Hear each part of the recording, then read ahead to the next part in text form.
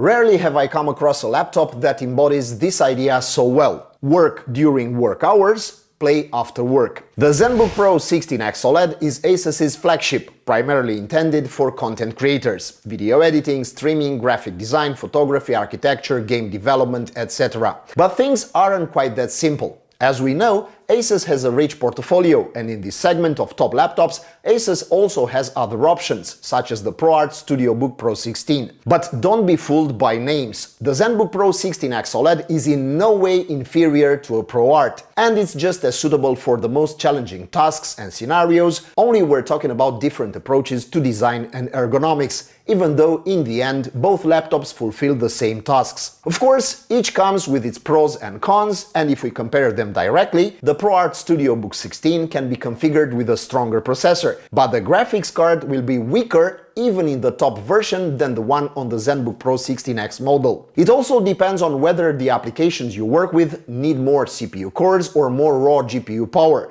namely those CUDA cores. ProArt comes with a more rigorously selected and calibrated screen with delta E less than 1, but the screen on a ZenBook Pro 16X OLED is not to be sneezed at. In fact, I think it's the best I've tested so far. But let's focus on today's supersonic plane, the ZenBook Pro 16X OLED. This is the second generation, but it kept the exact same name as last year. And that's not the happiest thing, and it's easily confused with the 2022 model. And not just the name, but the physical appearance is 100% identical. And the confusing problem is that they coexist on the market for sale right now. There are also others with such policies, for example, those with an Apple on the lead. Isn't it easier with phones? A small suffix like 22, a 23, a 24, and you know from which year the smartphone model we're talking about is. But the good news is that things are entirely different on the inside. The new model comes with several significant upgrades and tweaks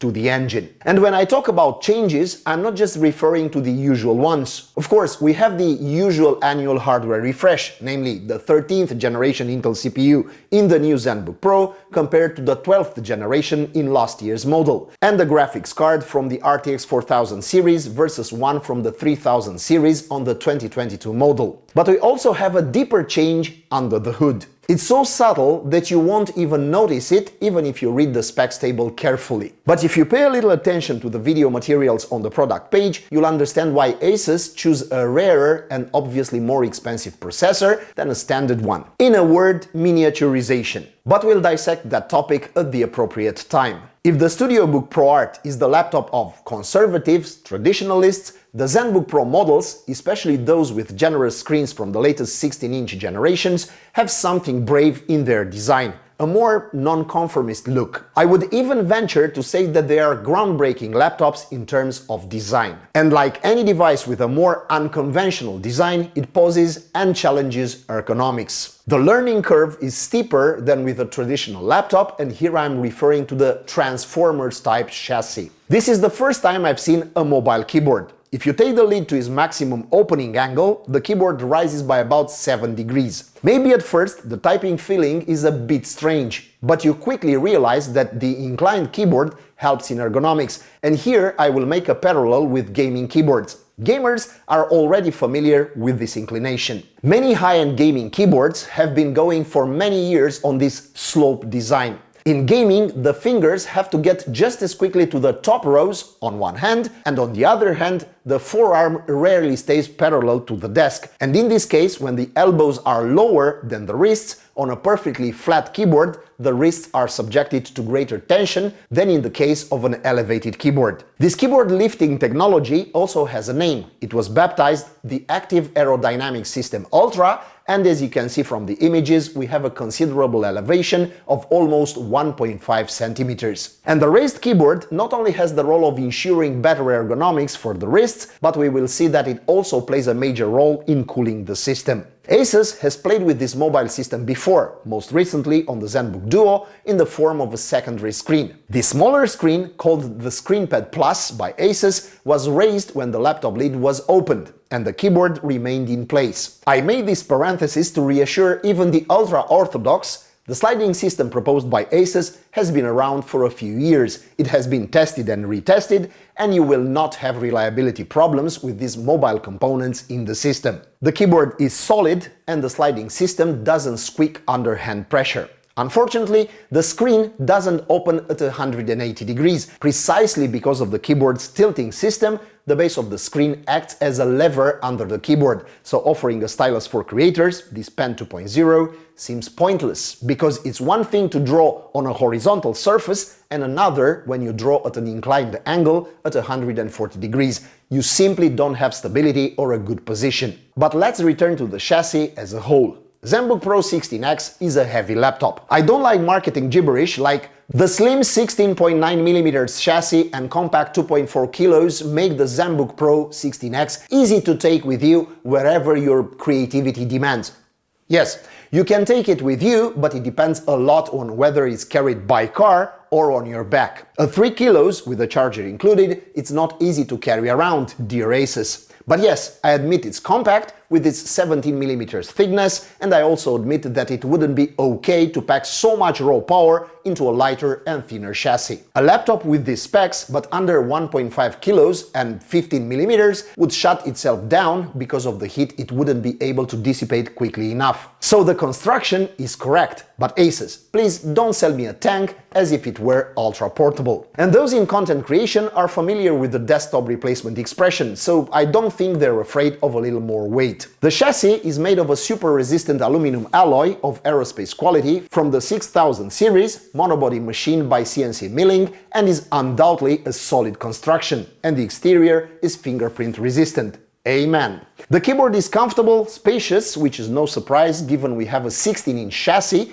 and we don't have an additional numeric section on the right, but we have speakers flanking the keyboard. Don't be disappointed by the physical absence of the numeric keyboard. We have a numpad right on the touchpad, another Asus signature. Here it is. And this works very well, even with advanced haptic feedback. The key travel is 1.4mm, which might seem a bit short, but I personally felt it was adequate. The keycaps are slightly concave, not exaggeratedly so, having a minuscule depth of 0.2mm, a perhaps minor detail, but the fingertips appreciate these little touches. The touchpad is generous, 150 by 90mm, and on the left you'll find a control wheel called the Asus Dial. The WRGB lighting is pleasant, not at all distracting, without bleeding on the edges of the keys. The lighting mode can be customized down to the key level. Another surprise for me was the presence of light bars on both sides of the keyboard. It's a small luxury, I admit, but it creates a little aura on the table when you're working on the laptop at night. The huge touchpad, as mentioned, also comes with top-notch haptic feedback using a technology called LRA, Linear Resonant Actuator. This means there are pressure sensors underneath, providing feedback anywhere on the touchpad. And since we're talking about a model designed for content creators, probably that's why the manufacturer also added this unique toy, the Asus Dial. Located right next to the touchpad, the Asus Dial is a rotary controller offering quick access to tools and frequently used functions in Adobe applications like Photoshop, Premiere, Lightroom, After Effects, and others. This tool is customizable through the ProArt Creator Hub application. Alright, now let's switch to the connectivity, which is okay, but nothing extraordinary for a laptop of this size. What I don't understand is why the ProArt StudioBook 16 can have the HDMI port and power at the back, and even an RJ45 network port, thus freeing up space for an extra USB 3.2 Gen 2 Type A on the side. The ZenBook Pro 16X has a clean back, aside from the two exhaust vents, and all the connectivity and power ports have been moved to the two sides. But it's commendable to have a state-of-the-art SD card reader, SD Express 7.0, with a speed of up to 985 megabytes per second, according to the manufacturer. As for the type of connections, there's nothing to complain about. We have two Type-C ports with Thunderbolt 4, and for a high-resolution external monitor with an equally high refresh rate, we also have an HDMI 2.1 port. But with so much congestion on the sides, it's no surprise that the old, yet still very useful USB Type-A port has been left alone. And when you least expect it, you realize that you're still not ready to give up this ancient USB port. For example, when it was time to measure the screen, the calibrator is on USB Type-A, so I had to give up my wired mouse. Now, let's move on to the screen. At the beginning of the review, I mentioned that this might be the best screen on any laptop I've come across so far, and I'm not exaggerating. Indeed, OLED has matured from generation to generation. We don't have exceptional brightness, which is somewhat expected, but this display fully compensates with its uniformity, color accuracy, and extended color gamut. In our measurements, we obtained 100% DCI-P3, 96% Adobe RGB, which fully demonstrates the qualities of this screen. Or the fact that on a sample of 24 colors and shades, we have an average delta E deviation of only 1.12. It's no wonder the final screen rating is 4.5, with 2 maximum grades of 5 out of 5. The brightness is not very high, but honestly, I think 360 nits are enough in almost any situation.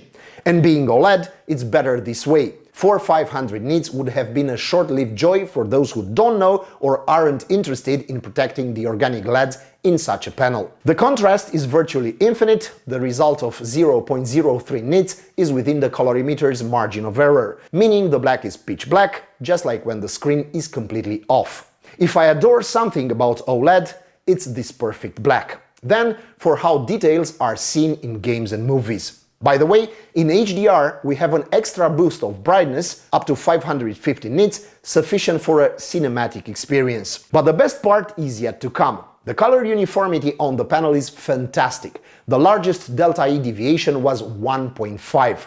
Here are the values measured at various brightness settings from 50% to 100%. I emphasize this is a sensational value, probably the best we've measured on any laptop. And you've guessed it, the luminosity uniformity across the entire panel is equally spectacular. Now, having clarified the exterior aspects, like design, construction and display, let's delve into the equally spectacular interior. The Intel Core i9 13905H processor was primarily intended for gamers and content creators. It is a very powerful processor, well prepared especially for multi-threading scenarios, but it doesn't fall short in those that require fewer cores. We have 14 physical cores, 6 performance type cores, 8 efficient type cores, and in addition another 6 threads due to hyperthreading. Maximum turbo frequency 5400 MHz. On the Intel side we have a maximum TDP of 115 watts. Asus toned it down a bit, listing only 105 watts TDP. In our torture tests, namely in Cinebench R23, with all 20 threads at 100% load,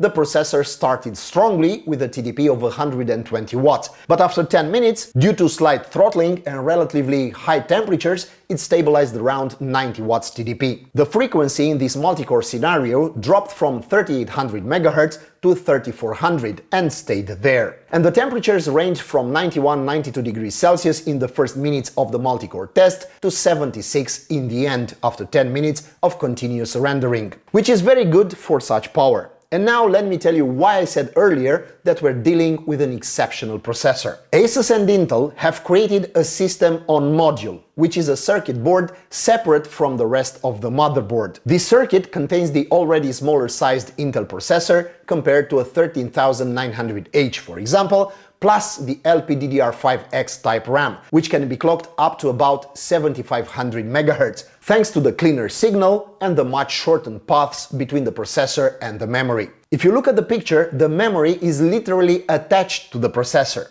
Thanks to this combination of the processor and memory, which by the way reduces the surface area required for these components by almost 40%, the manufacturer also boasts some direct benefits. Better performance in certain memory-sensitive applications like Premiere Pro or Blender, more space is created for the GPU and especially for its VRAM, so now even a high-end GPU can be chosen regardless of how complex its power stage might be. Last but not least, they say that with the space occupied by the processor and GPU being smaller, the vapor chamber cooling, which removes heat from the processor and related circuits, is more efficient with a shorter path. From this image, the more technically inclined should quickly grasp the advantages of this system on a module technology over a system without SOM, like the previous ZenBook Pro 16X from 2022. The RTX 4080 graphics card is an another surprise, at least for me. I didn't expect to see such a beast in a laptop that is clearly not for gaming, and paired with a 9-9 processor. But considering many applications can harness the brute force of the GPU, it was a natural step to use the best GPU available. And now let's see how all this muscle translates into test results. An important observation: the PCMark 10 score was achieved with the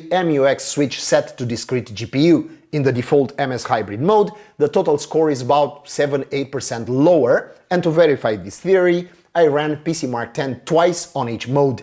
And here are the results: 8100 points on MS Hybrid mode, 8760, 8820 points on discrete GPU mode. Obviously, the performance difference was generated from the 3D tests, where the MUX switch shows its true value, extracting maximum performance from the graphics card. I would have liked to also have advanced Optimus, so there's no need to restart every time we switch from one mode to another. But rather than not having it at all, this semi-functional MUX is still good. And of course, I kept the discrete GPU setting for the V-Ray tests. But here they all are in a complete table. And now let's shift our attention towards temperatures and noise. If the processor reached 90-92 degrees Celsius during rendering, which is practically the worst scenario for its 14 cores, in gaming it didn't exceed 80-83 degrees Celsius, and this in a very demanding game, Cyberpunk 2077, and under conditions of a TDP more than decent for this processor, of 40 watts. However, the RTX 4080 GPU is heavily used in games, but in terms of temperatures, it doesn't exceed 80 degrees Celsius, which shows how well designed the cooling system is. The laptop was tested in performance mode, and the noise generated didn't exceed 46-48 decibels, neither during renderings nor during gaming sessions. I didn't focus on gaming. Let's keep in mind that the ZenBook Pro 16X OLED isn't a gaming laptop, but it can still be used without any problems for that, after work, for relaxation. Clearly, for someone looking for a gaming laptop just for games, the ZenBook Pro 16X is overkill, meaning it has features a gamer doesn't need. But for a game developer or a video editor wanting to relax after work on the same laptop, we can say it can handle any game, even in its large native resolution of 3200 by 2000 pixels. And being able to have 60 FPS in 3200 by 2000 with ray tracing set to Ultra is the ultimate proof that this ZenBook kind of puts many so-called gaming laptops to shame. But perhaps the biggest gain in ergonomics is that the laptop's surface doesn't get hot. But how is it possible to have such a good performance without exceeding 50 decibels and the laptop remains cool, at least as my hands perceive it? Quite simple. Raising the keyboard allows for better cooling of the system, allowing 30% more airflow thanks to the fans located under the keyboard. More air means heat is dissipated faster and more efficiently. Of course, there's also intake through the vents on the laptop's underside, and the more intake openings, the better. The fact that the keyboard is distanced from the hot area automatically leads to a cooler surface. As can be seen from the thermal images, we have keys below body temperature, and that's excellent, especially if we factor in the room's ambient temperature of 25-26 degrees Celsius, not to mention that the LEDs also hit the keyboard. The hottest area is at the base of the keyboard, as I expected, but it's the only area where the interior heat comes through to the surface, 43-44 degrees Celsius. And now, let's discuss the battery life a bit. The huge 96 Wh battery managed to keep the laptop alive for 8 hours and 39 minutes in the PCMark 10 Modern Office battery test. The brightness was set to the 7th level, around 150 nits, the screen at 60 Hz, Wi-Fi off, fans on silent, and the default battery saver at 20% remained checked. So, drawing a conclusion, what would it be? ZenBook Pro 16X OLED is so powerful that it's ideal for heavy work during the day as well as for gaming sessions afterward. No, it's not strictly a gaming laptop, but it could be. It has all the ingredients and even more. Essentially, it remains targeted at content creators, which is why it comes with a high-quality OLED panel, a panel that will never be found on any gaming laptop. And it has other specific features: the Asus dial control wheel, a quality touchpad with excellent haptic feedback, and even the addition of a 96 Wh battery says something. Being such a powerful laptop, its price obviously exceeds the comfort zone of average users, but if it's going to be your work tool, which brings you income, then I'd say it's worth the investment. And now I'm curious to read your answers in the comment section. What do you think of the new ZenBook Pro 16X OLED? What do you like about it and what don't you? That's it. Please subscribe to Techniqualities if you want to reward our work in some way, and I wish you all the best.